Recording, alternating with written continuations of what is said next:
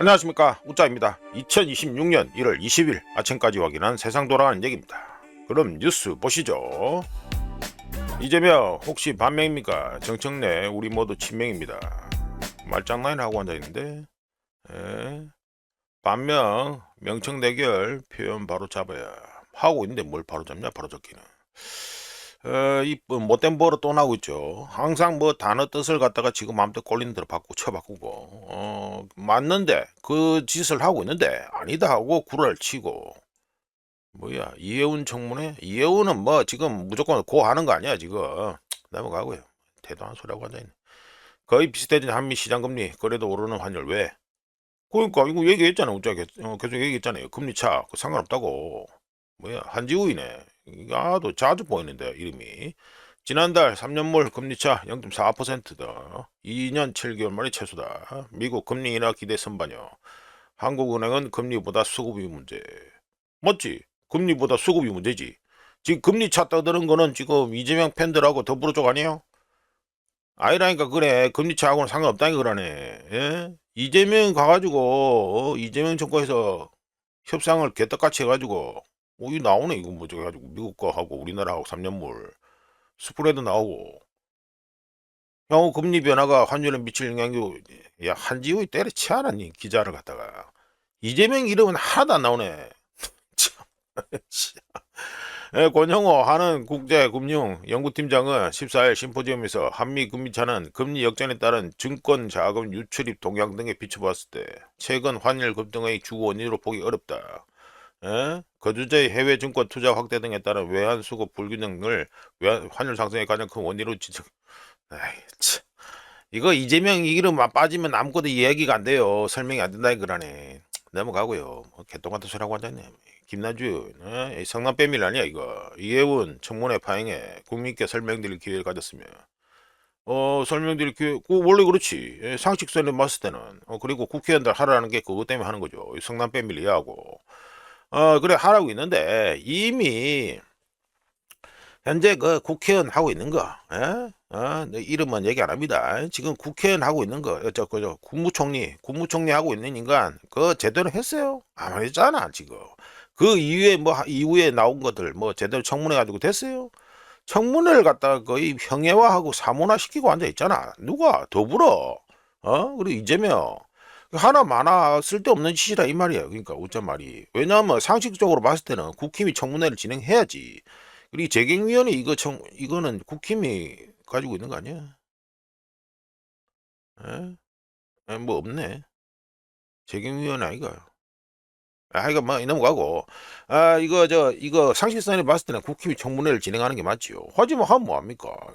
이재명하고 더불어가 상식 반말아 먹고 앉아가지고 지 꼴린 대로 하든 말든 마음대로 하고 앉아있는데 임명 강행할 거 아니야? 임명을 강행할 거 아니에요? 하나 많아 뻔하지 뭐. 국민께 설명드릴 기회? 청문회 했다면 청문회 했다는 그 핑계 대고 해가지고 그냥 갈 거 아니야. 하나 많아 뻔한 거요. 할 필요 없어요. 넘어가고요. 특검 협상 평행선 여당은 더불어는 통일교 신천지 같이 하고 국힘은 따로 특검. 어쭈 의미심장한데. 한병더는 종교개입 수사 통합해야 송원석은 우리 당 중심 수사 우려. 흥미로운 워딩이 나왔네요. 예. 국힘은 통일교와 신천지 특검을 각각 발족해야 한다고 맞섰다. 예. 종교와 이거는 은폐사고.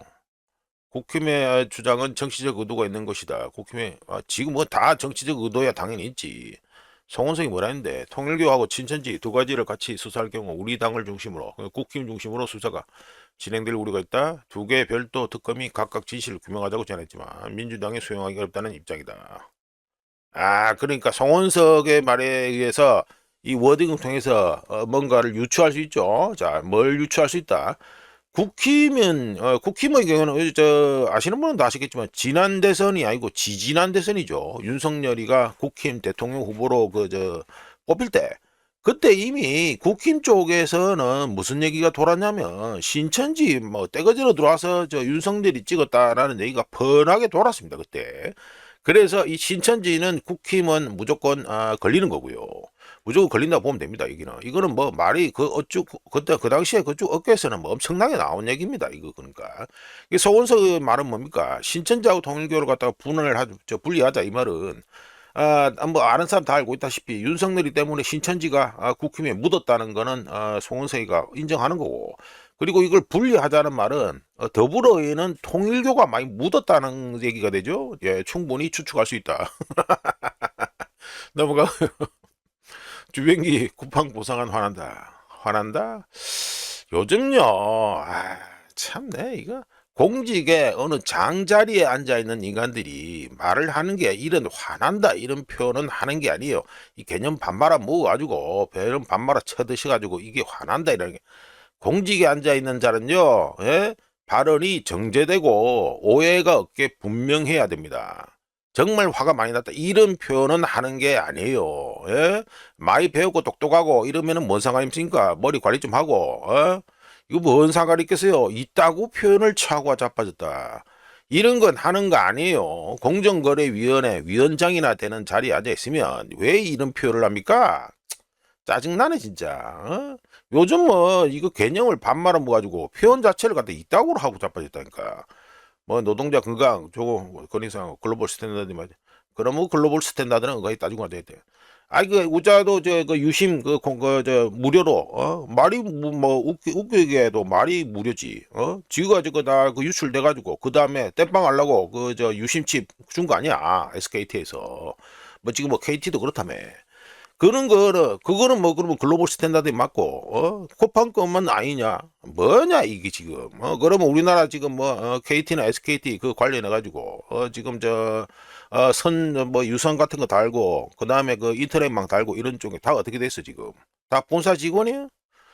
웃긴 소리하고 자빠져 하여튼간에요, 어느 정도 이 공직에 세금 받으면서 장자리에 앉아 있는 자들은요, 발언 자체가 정제되고 오해 없게, 그리고 센티멘탈한 이런 표현은 안 해야 됩니다. 이게 개념 반말아 먹은 거예요. 자, 넘어가고요. 자, 금덩이 보시죠. 기존에 보는 그 스톡 차트가 요즘 마탱이가 자주 가기 때문에 이걸로 바꿨습니다. 이게 뭐 참고로 이 차트는 트레이딩 뷰에서나 그 제공하는 걸 갖다 쓰는 거고요. 하여간에 패스하고.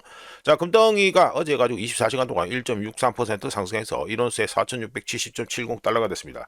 관련해서 문자가 1월 15일에 이거 저 금하고 은하고 관련해서 예상을 이미 말씀드렸습니다. 뭐 77일짜리 추세선에 뭐 상단에 걸려 있고, 뭐 이거 도파하면은 보수적으로 봤을 때 1온수에 5,200에서 5,300달러까지 간다. 뭐 아름다운 예상으로는 5,500달러까지 오를 수도 있다라고 뭐 우자가 그 말씀드렸습니다. 그날 뭐 금하고 은 레이시오 비율도 말씀드리고 다 말씀드렸어요. 하여간에 어제 해가지고 1.63% 상승해서 1온수에 4,670.70달러가 되고요. 넘어가고. 대원덩이는 어제 또 올랐죠. 해가지고 1온스에 94.2달러가 됐습니다. 어이스구 4.65%나 올랐네요. 4.65% 올랐고.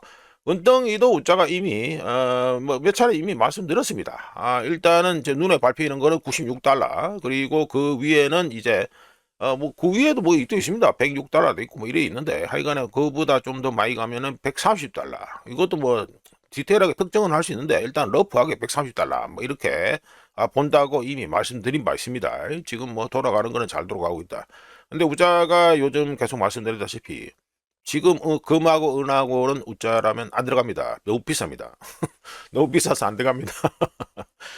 금덩이, 은덩이 이거는요, 우자 물론 우자 기준입니다. 우자 기준에서는 그때 우한폐렴 오기 전에 늦어도 우한폐렴 초기인가 2020년 초인가 그때 해가지고 우자가 다운 불러고 있을 때였었는데, 그때 해가지고 이미 은덩이 좀 사놓으시라, 은 사놓으시라 뭐 얘기까지 했었어요. 그런데 그때 이후로 지금 한 5년 지났죠. 그러니까 그때 사신 분들이 이제 지금 진짜로 아주 끝내주는 퍼포먼스를 보이고 있다 이래 되고, 지금 들어가는 거는 우자가 보기에는 좀 너무 비쌉니다. 너무 비쌉니다. 하여간에 뭐 그거는 우짜 개인적인 의견이고요. 근데 자신의 그 재산을 보존하는 거, 투기가 아닙니다. 보존하는데 관심이 있다 이러시면 운동이 들어가셔도 뭐 우짜는 뭐 뭐라 말할 그건 없습니다. 근데 지금 혹시라도 내가 뭐 들어가서 이걸 남겨 먹겠다, 그거는 우짜가 보기에는요 좀 너무 비쌉니다. 예, 너무 비쌉니다. 자, 넘어가고요. 자, 달러 인덱스 보시죠. 달러 인덱스가 어제 해가지고 이거 너무 줄였다. 예, 어제 24시간 해가지고 마이너스 0.35% 예, 떨어졌습니다. 이거 뭐 트럼프가 그린란드 쇼하고 해가지고 그렇죠? 네, 그래가지고 0.35% 떨어져가지고 99.04. 어허, 여전히 이거 52평선 위에 있네. 물론 이 차트 기준입니다만 이 위에 있네요. 상당히 심상찮죠. 여기서 한번 크로스, 여기서 한번 크로스. 상당히 궁금합니다. 앞으로 어떻게 될런지. 관련해서 우자가 달러 인덱스 이거 달러 그러니까 달러 유동성 관련해 가지고 얘기는 오늘은 좀 그렇고 내일이나 모레나 해가지고 조금 말씀드릴게요. 요즘 그 영국 그리고 영란은행에서 뭔 짓을 하고 있는지 해가지고 말씀드리겠습니다. 넘어가고요. 이거는 우리나라 원화 환율입니다. 예. 1달러에 1473.82 원이 됐죠. 뭐 달러 인덱스는 0.35% 하락했는데 0.02%뭐 거의 뭐 변동 없는데 그냥 조금 뭐 싸졌다. 뭐 찔끔 싸졌다. 이렇게 됩니다. 하단이 1472원, 상단이 1476원. 야, 상당히 밴드가 좁죠. 상당히 좁습니다. 이거 언제 봤습니까? 1450원 돌파하기 전에 이 밴드가 이렇게 밴드가 엄청 좁았었습니다. 그러니까 이번 주에 1480원 우자가 널널하게 1480원 본다 했는데 당연히 예상대로 가지고 이 밴드를 또 좁게 가지고 가고 있다. 여기서 이제 돌파 당하면 아이고 흥미롭겠죠. 상당히 흥미로워질 거다라고 말씀드립니다. 관련해서 우자가 이 어깨 뒷얘기를 듣고 있는데 이재명 정권에서 아주 뭐 혈안이 돼 있더라고 보니까 지금 지방선거 전에 이거 환율 어째 오르는 거 뭐 어째 그 잡으려고 지금 완전 혈안이 돼 있습니다. 예, 하여간에 우자는 그거 좀 들었다는 거 말씀드리고 그런다고 뭐 잡히겠냐? 이미 또 물을 엎질러 놨는데 잡힐 턱이 없지. 예, 하여간에 넘어가고요. 우리나라 그 PPI 생산자 물가지수 발표돼 가지고 말씀드립니다. YOY 그러니까 작년 동월 대비해서 2025년 11월에 1.9%인데 12월에도 1.9% 옆으로 가죠. 1.9%로 나왔습니다. 그러니까 떨어지지 않고 그 수준을 유지하고 있다. 이게 되고요. 보시면 뭐 이거 이재명 당선된 후에 해가지고 오르고 있다는 거를 갖다가 뭐 눈에 뭐 환하게 보입니다. 예, 분명히 보입니다. 이게 이재명 당선된 후 쭉 올라가고 있다. 우리나라 원화 환율도 쭉 해가지고 싸지고 있다. 똑같이 패턴은 똑같습니다. 뭐 바뀐 게 없다. 하여간 이거 YOY 차트고요. 그리고 MOM으로 봤을 때는 2025년 11월에 0.3%인데 12월에 0.4%로 요거는 상승했습니다. 자 넘어가고요. 요거는 엔화입니다. 엔화의 경우에는 네, 0.15% 우리나라 원화야 뭐 도시락 던지고 이래가지고 0.02% 싸지는 거에 그쳤지만 엔화는 0.15% 싸졌다. 이게 또 달러 인덱스가 0.35% 하락했는데 0.15% 싸졌다. 이래 되죠. 그래서 1달러에 158.118엔이다. 이게 됩니다. 이거 왜 이 짓이 나옵니까? 왜 이래 될까요? 예, 달러 인덱스 되는데 왜 이거 우리나라보다 더 확실하게 달러 인덱스 영향을 받는 엔화인데 왜 이래 됐습니까? 다카이치가 중의원 해산 발표했죠? 예, 그래서 이렇습니다. 이 짓을 언제까지 할런지 상당히 궁금하다. 예, 이렇게 말씀드리고요. 넘어가가지고 자 은차트 얘기할 때 말씀드려야 되는데 뭐 따로 빼가지고 얘기해 이거 왜 이래 따로 빼가지고 말씀드려야 될 것 같아가지고 상하이 이거 저 은 가격 관련해서 말씀을 드립니다. 이게 너무 길다 보니까 차트가 좀 애매하게 보이네. 여기 12.02 뭐이 나있죠. 이거 봐 보신 상태에서 2026년 1월 15일입니다. 1월 15일 그 다음 밑에는 다음 19일까지 있는데 19일은 조금 줄었고요. 요거 프리미엄 그리고 스프레드 차이가 좀 줄었고 이래 되는데 하여간에 2026년 1월 15일에 서방의 은값 은 가격 대비 상하이의 은 가격 프리미엄 프라이스 프리미엄이 1온스에 12.2달러까지 해가지고 벌어지면서 올타임 하이를 갖다가 찍었었습니다. 제가 요 최고치를 갖다가 이거 가지고 포인트로 찍은 거고요. 최근 몇 주 동안 보시면 해가지고 튀죠? 예, 이래가지고 튀입니다. 요tok 튀는 거. 최근 몇 주 동안 이 격차가 평균 대비 4배로 벌어졌는데 이전에 이 최고 기록은 언제 세웠다?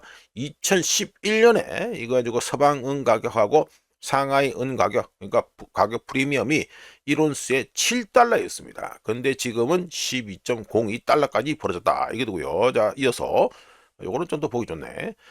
이거 뭐 좀 더 말씀드리면 이런 극단적인 프리미엄은 중국 내 실물 은 공급 부족과 공급을 훨씬 능가하는 중국 내 수요가 있음을 시사하고요. 이거는 저 서방 은값하고 이거는 저 상하이 은값 뭐 이래 됩니다. 보시면 뭐 103점 해가지고 나오고 103 1온스에 103달러 넘어가고 서방은 93달러 해가지고 되죠. 오늘 아침에 제가 캡처한 거는 94달러가 넘어간데 하여간에 캡처하는 시간으로 해가지고 이렇게 됩니다.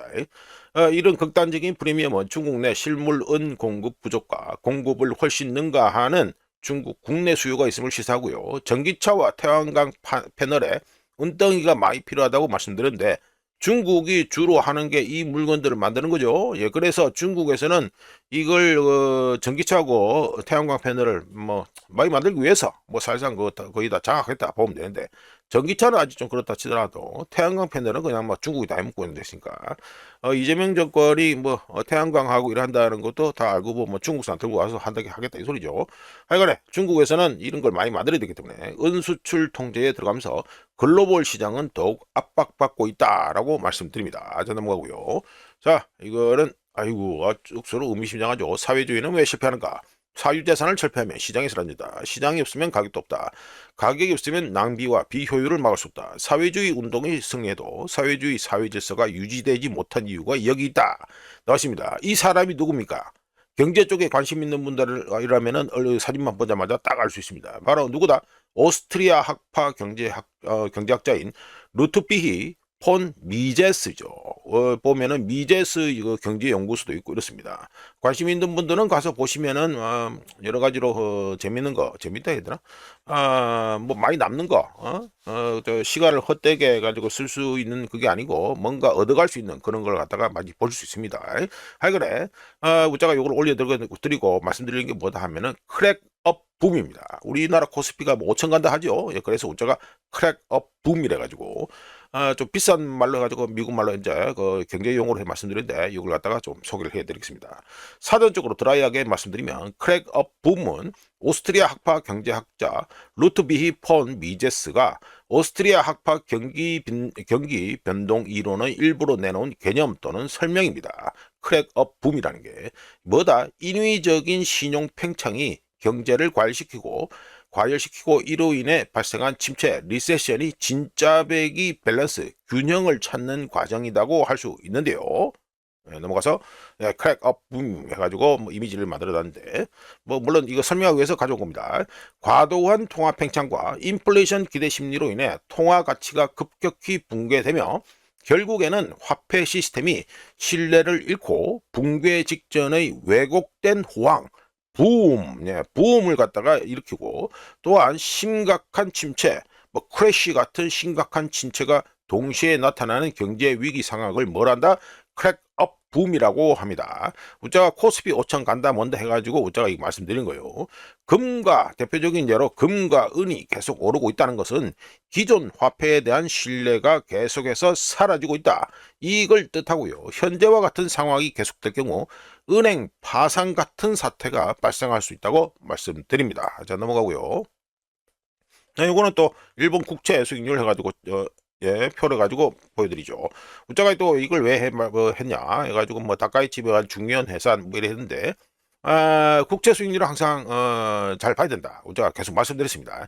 그런 의미에서 봤을 때 또 의미심장한 이벤트가 발생했는데 말씀드려 보면 30년 만기 여기 있죠. 30년 만기 일본 국채 수익률이 사상 처음으로 3.6%를 갖다가 돌파했습니다. 장중에는 3.616%까지 됐었고요. 이거만 해가지고 끝나느냐? 아니죠. 일본의 40년 만기 국채 수익률 이것도 사상 처음으로 3.9%를 돌파했고요. 장중에는 3.970%. 이제는 뭐 4.0%까지 위협하고 있다. 코앞에 두고 있다. 이게 됩니다. 이거만 하고 끝나냐? 아니죠. 일본의 10년 만기 국채 수익률 보시면 2점 해가지고 264% 해가지고 장중에는 2.276%까지 됐는데 하여간에 2.264%까지 올라가면서 27년 만에 처음으로 해가지고 그냥 27년 만에 처음이 아니고 27년 내에 가장 높은 수준을 보였다. 이게 됩니다.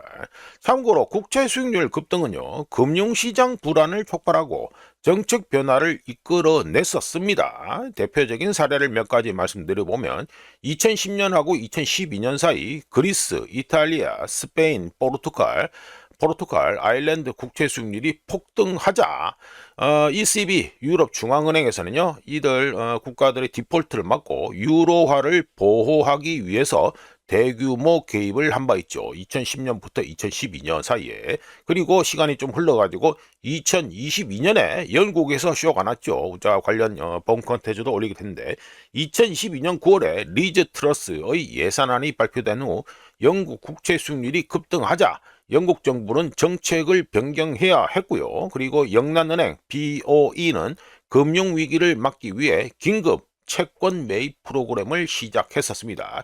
다음 해인 2023년 봄에는 또 뭔 쇼가 났죠?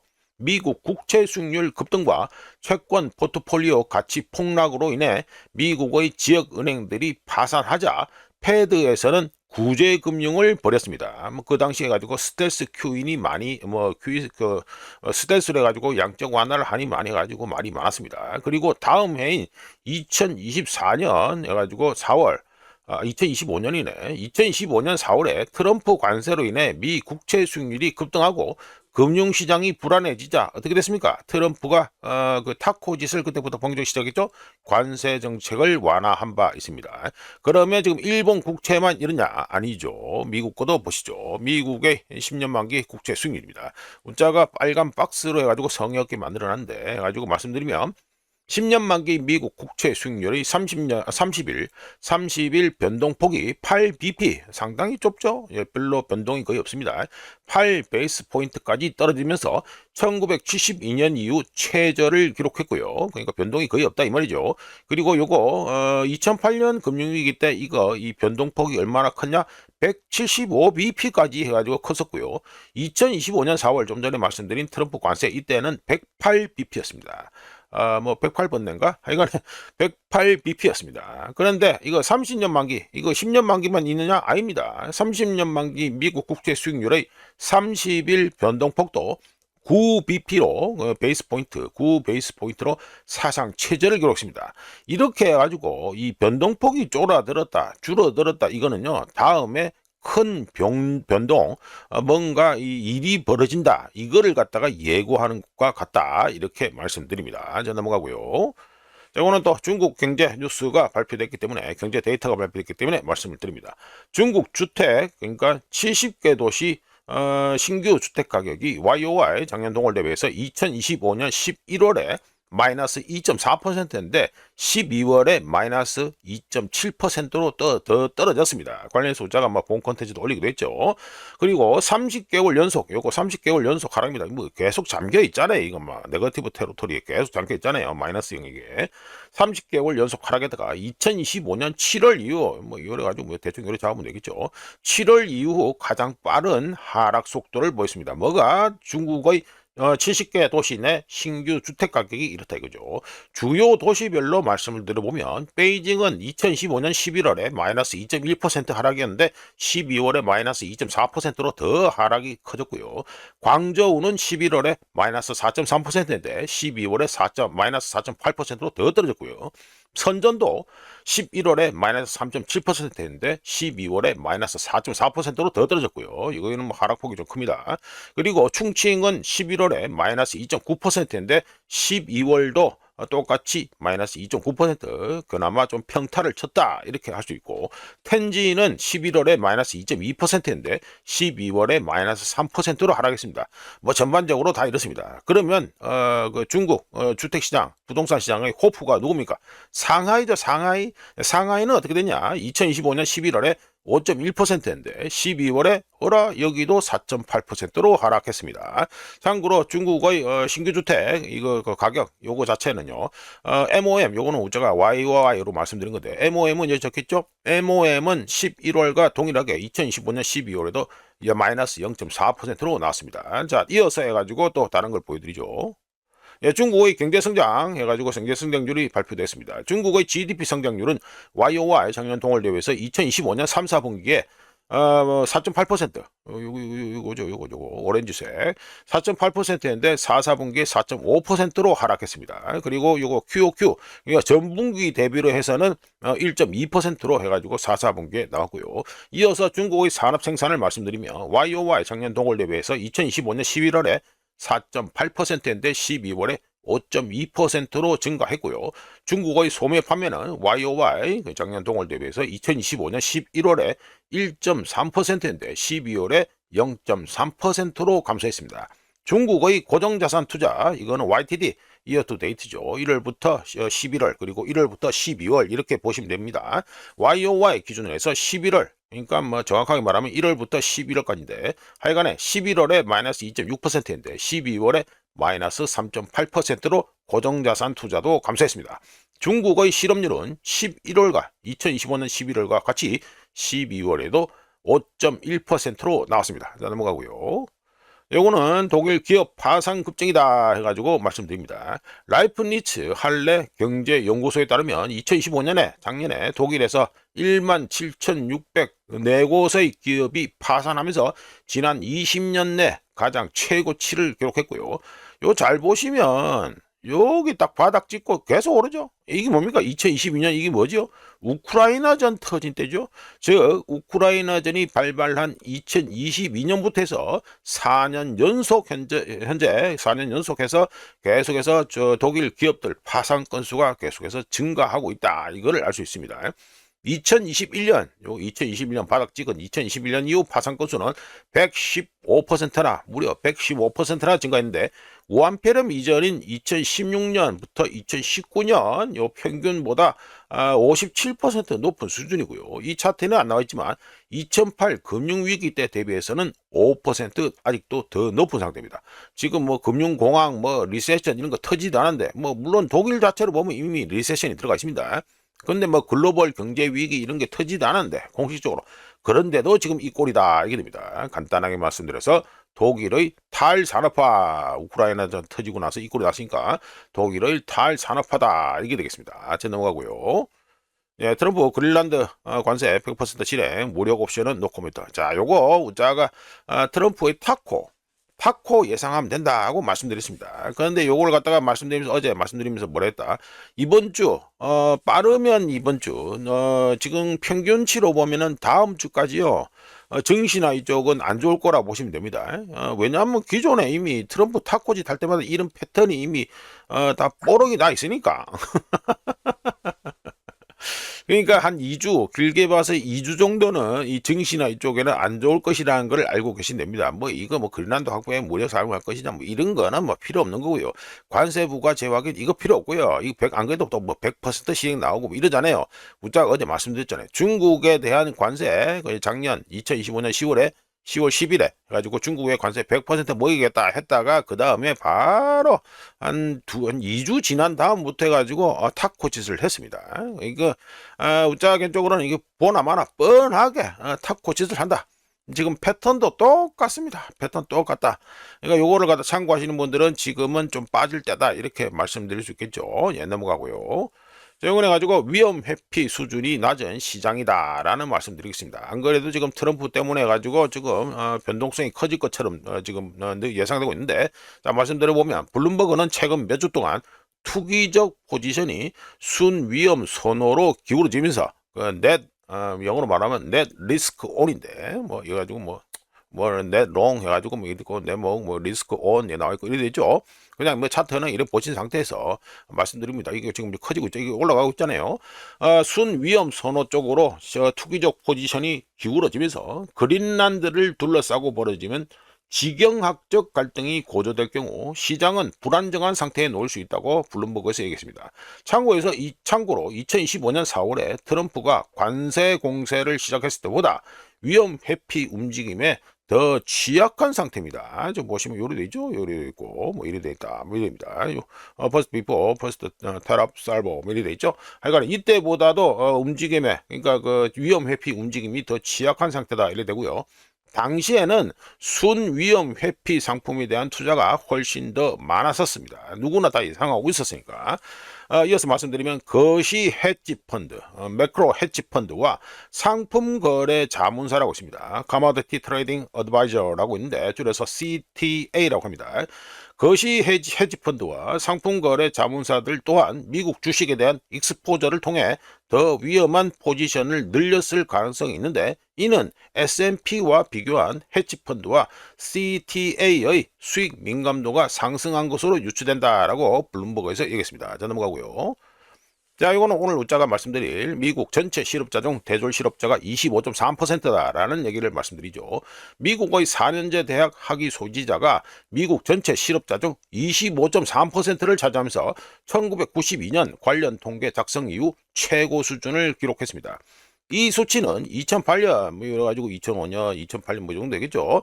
2008년 이후 2배로 상승했는데, 뭐 좀, 딱 봐도 뭐 더블로 상승했다는 눈에 보이죠. 2배로 상승했는데, 증가했는데, 이는 25세 이상 대학 졸업자 중 약 190만 명이 현재 실업 상태에 있다는 걸 의미합니다. 참고로 학위 소지자의 실업률은 약 2.8%인데 반해서 22세에서 27세 사이 젊은 졸업생 실업률은 5.5%였고요. 그렇다면 왜 이런 현상이 발생할까 말씀드려보면, 첫 번째, AI가 전통적인 대학 졸업생, 이른바 사회 초년생이라죠. 대학 졸업생들이 담당했던 초급 직종을 자동화하고 있기 때문입니다. AI 도구가 신입 사원들이 하던 업무를 처리하면서 AI 관련 직종의 신입 직원들 채용은 마이너스 13% 감소했습니다. 이건 미국 기준입니다. 두 번째, 사무직 기업들이 그러니까 기업들의 그 사무직 쪽에서 있는 이런 일자리, 이걸 갖다가 채용을 중단했다, 이게 됩니다. 많은 기업들이 여전히 수익을 내고 있음에도 불구하고 전문직 채용은 동결되었고요. 기업들은 인력을 확충하기보다는 AI를 활용해서 더 적은 인력을 통해 더 많은 일을 처리하고 있는데, 링크디드인 데이터에 따르면 고소득 직종 채용은 YOY 작년 동월 대비해서 32% 감소했습니다. 자, 세 번째는 너무 많은 대학 졸업생들이 너무 작은 일자리를 두고 경쟁하고 있습니다. 통신이나 비즈니스 같이 포화된 분야에서 학위 소지자들은 일자리를 찾는데 어려움을 겪고 있고요.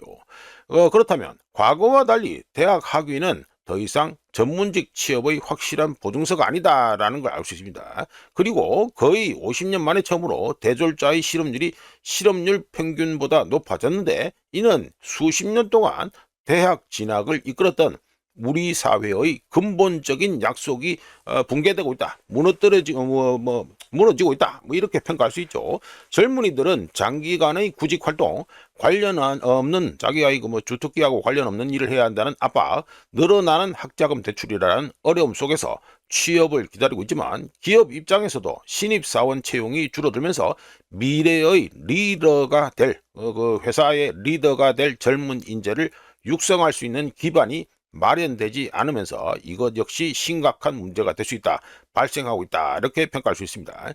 하지만 2026년 현재 놀라운 점을 하나 말씀드리면, 이런 현상, 이렇게 AI 쓰고 어째가지고 이런 현상, 일자리도 안 되고 대졸자 일자리가 안 된다, 취직이 안 된다, 이런 현상에서 놀라운 건 뭐다? 전통적인 개념의 경기 침체 없이 이런 일이 벌어지고 있다는 것입니다. 상당히 놀라운 거죠. 기업들 수익은 여전히 견조하고 GDP도 성장하고 있지만, 기업들은 인력을 비례적으로 늘리지 않고도 성장할 수 있다는 사실을 깨닫고 있어서 과거에는 대졸자, 신입직원, 주니어 엔지니어 등이 주로 종사했던 직종들이 자동화되거나 통합되고 있습니다. 하지만 대학 학위 소지자는 여전히 어드밴티지를 가지고 있는데, 대학 졸업자 실업률이 2.8%에 불과한데 반해서 고등학교 졸업자 실업률은 4.2%로 더 나쁘지요. 게다가 평생 가지고 벌어먹는 걸로 봤을 때 대학 졸업자는 학위가 없는 사람보다 수십만 달러를 더 벌기도 합니다. 물론 무조건 그런 건 아니죠. 자, 핵심이 뭐다? 학위 자체가 쓸모없다는 것은 아니라고 아직까지는 말할 수 있습니다. 하지만 학위를 가지고 첫 직장을 구하는 것이 과거에 비해서 훨씬 어려워졌다라는 얘기가 됩니다. 물론 이래 말하면 어퍼치나 매치나 똑같은 소리다, 이렇게 할 수 있는데, 어쩌든지 간에 아직까지 학위 자체가 쓸모없다고는 분명히 말하기는 힘듭니다. 하기지만 일자리 구하기는 뭐 과거보다 엄청나게 어려워졌다. 이거는 분명한 사실이 되겠죠. 자, 넘어가고요. 자, 이번에 가지고 책임 있는 연방예산위원회 뭐 이래 됩니다. 여기서 해가지고 나온 건데 지금 시간이 그러니까 목적가 뭐 바로 말씀드리겠습니다. 여기 뭐 트럼프 어드미니스트레이션 뭐 컨티뉴 뭐 바이든 에라 해가지고 쭉 나왔는데 이게 무슨 말이냐면 우리가 그 여러 차례 말씀드린 바 있던 그 학자금 대출 압류권입니다. 압류권. 근데 압류권을 갖다가 지금 일단 일시 중단한다. 포즈 일시 중단한다. 이 발표가 나온 겁니다. 1월 16일 나온 겁니다. 지난주에. 자, 말씀드립니다. 트럼프가 학자금 대출 압류를 일시 중단했습니다. 이번 압류 중단 조치가 없었다면 상황은 점진적으로 악화되지 않고 한꺼번에 터졌을 것이라고 우짜개적으로 예상합니다. 이미 우짜가 이거 학자금 대출 관련해서도 이미 말씀드렸잖아요. 500에서 600만 명의 대출자가 이미 채무 불이행 상태, 디폴트 상태였고요. 300만에서 400만 명의 이 대출자가 채무 불이행 디폴트 내기 직전 상태여서 압류 집행이 바로 재개되면 곧바로 연체 상태에 바로 들어갔을 것이다. 누가 300에서 400만 명이, 즉 900에서 1000만 명이 임금 압류나 세금 환급금 그리고 연방정부 지원금 압류 같은 실질적인 위험에 놓였을 것이라는 걸 의미하는데, 연방학자금 대출은 법원 명령 없이도 연방정부가 해당 그 대출자의 임금에서 최대 15%까지 압류할 수 있도록 허용하기 때문에 최대 1천만 명이 압류에 직면할 경우 수백만 가구의 근로소득이 거의 즉시 급감했을 것입니다. 2025년 12월 17일 하고요. 2025년 12월 26일 우짜가 뉴스 모임에서 이 관련 뉴스를 말씀드린 바 있습니다. 그 전에도 말씀드렸는데, 그러니까 최근에 한 거는 작년 12월 17일하고 26일 뉴스 모임에서 해가지고 학자금 대출권 관련해가지고 뭐 대출 연체 압류 얘기 이걸 말씀드렸는데, 일단 임금 압류가 시작되면 차용자 즉 대출자는 단순히 연체되는 걸 넘어서 사실상 대출 자체가 불가능해집니다. 왜 그렇습니까? 신용점수는 급락하고 재융자는 불가능해지고 자동차 대출은 거절당하고 주택 구매는 사실상 어려워지고 기본적인 소비자 신용조차 구하기 힘들어집니다. 뭐 대표적인 게 뭡니까? 카드로 먹는 거라도 사야 되는데 그것도 안 된다 이게 되죠. 최대 1천만 명에 달하는 근로연령 차용자, 대출자에게 이런 일이 닥치면 해당 가게에만 피해를 주는 것이 아니라 신용 가능한 대출자 풀, 그러니까 신용을 갖다가 이거 쓰는 사람들의 이 숫자 자체 이거를 갖다가 줄어들게 만듭니다. 상당히 심각한 얘기죠. 연체 및 압류 이벤트에 대응해서 은행들은 뭐 짓을 하겠습니까? 학자금 대출뿐만 아니라 모든 차용자, 대출자에 대한 대출 기준을 강화하게 되는데, 덕분에 자동차 판매는 둔화되고 소비자 신용은 재융자되고 소규모 기업들은 고객과 자금 조달 액세스 접근에 있어서 모두를 잃게 되고 주택 거래는 줄어들게 되고, 이렇게 되면 어떻게 됩니까? 특정 정책 집행, 이거 뭐죠? 이거 압류한다는 거. 이 특정 정책 집행보다 광범위한 경제 둔화로 전환되게 됩니다. 따라서 트럼프의 이번 결정 해가지고 압류를 갖다가 일시 중단한다, 이 결정은 대출자들을 용서해 준다거나 이념의 문제가 아니라 타이밍과 피해 통제, 데미지 컨트롤의 문제였다라고 할 수 있습니다. 압류 일시 중지가 발표되는 배경에는 이미 둔화된 고용성장, 다른 소비자 신용의 연체 증가, 은행들이 벌이는 은밀한 대출 기준 강화, 그리고 경기 사이클 후반 느낌이 포함되어 있는데, 그런 환경에서 대규모 압류를 재개했다면 이미 진행 중이던 신용 경색을 더욱 가속화했겠지요. 즉 트럼프는 이거 차용인 대출자들을 돕기 위해서 압류를 갖다가 중단한 것이 아니라 취약한 시기에 소비자 신용 기반이 붕괴되는 걸 막기 위해서 중단했다라고 보시면 됩니다. 트럼프도 어쩔 수 없이 이걸 중단했다 이게 되겠죠. 일시 중단. 경제가 트럼프 주장처럼 호황이었다면 압류 집행은 재개되었을 것이지만, 정책 위반자들은 압류 집행에 따른 충격이 큰 문제를 일으키지 않고서는 시스템이 감당할 수 없다는 것을 갖다가 이미 알고 있었다, 이 얘기가 되겠습니다. 자, 이렇게 해서 2026년 1월 20일 아침까지 확인한 세상 돌아가는 얘기였습니다. 구독, 좋아요, 회원가입 감사합니다. 내일 또 찾아뵙겠습니다.